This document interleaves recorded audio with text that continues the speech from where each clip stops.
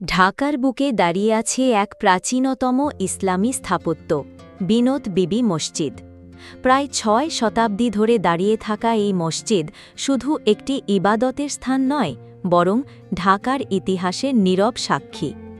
এই মসজিদটির প্রতিষ্ঠাতা ছিলেন বিনোদ বিবি, যিনি ছিলেন সুলতান নাসিরউদ্দিন মাহমুদ শাহের কন্যা। সুলতান নাসিরউদ্দিন মাহমুদ শাহ বাংলার ইলিয়াস শাহী বংশের একজন শক্তিশালী শাসক ছিলেন, ১৪৩৫ থেকে ১৪৫৯ খ্রিস্টাব্দ। তার কন্যা বিনোদ বিবি মসজিদ নির্মাণ করে ইতিহাসে জায়গা করে নিয়েছেন। শিলালিপি অনুসারে এই মসজিদ নির্মাণ করা হয় ১৪৫৪ থেকে ১৪৫৬ খ্রিস্টাব্দে, অর্থাৎ আজ থেকে প্রায় ৫৫০ বছর আগে। এটি বর্তমানে ঢাকা শহরের সবচেয়ে পুরনো টিকে থাকা মসজিদ। গঠন চৌকো আকৃতি, উপরে একটি অর্ধগোলক গম্বুজ। প্রবেশপথ: পূর্ব পাশে বড় দরজা, উত্তর ও দক্ষিণ পাশে ছোট প্রবেশপথ। কোনার টাওয়ার: চারপাশে অষ্টভুজাকৃতি টাওয়ার, যা মধ্যযুগীয় ইসলামী স্থাপত্যে বহুল ব্যবহৃত। কার্নিশ: বাঁকা কার্নিশ, বাংলার মুসলিম স্থাপত্যের একটি স্বতন্ত্র বৈশিষ্ট্য।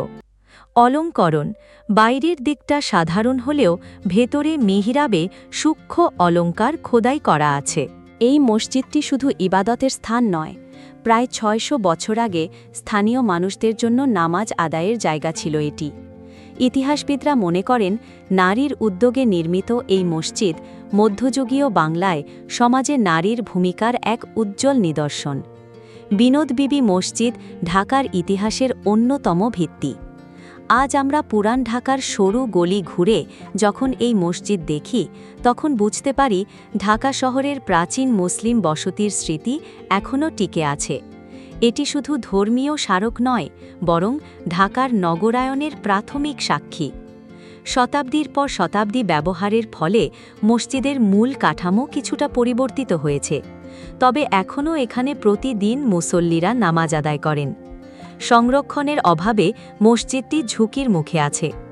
বিশেষজ্ঞরা মনে করেন, এটি সঠিকভাবে সংরক্ষণ না করলে ভবিষ্যতে হয়তো এই ঐতিহাসিক নিদর্শন হারিয়ে যাবে। বিনোদ বিবির জীবন সম্পর্কে বিস্তারিত তথ্য আজ আর পাওয়া যায় না।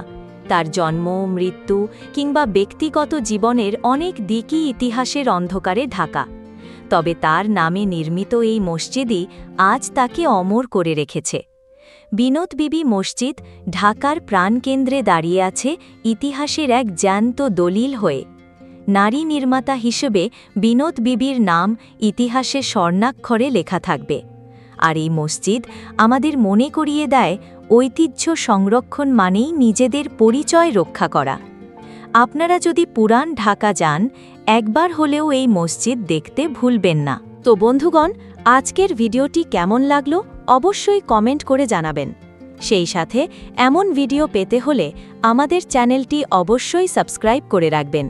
ভালো থাকুন সবাই। আসসালামু আলাইকুম।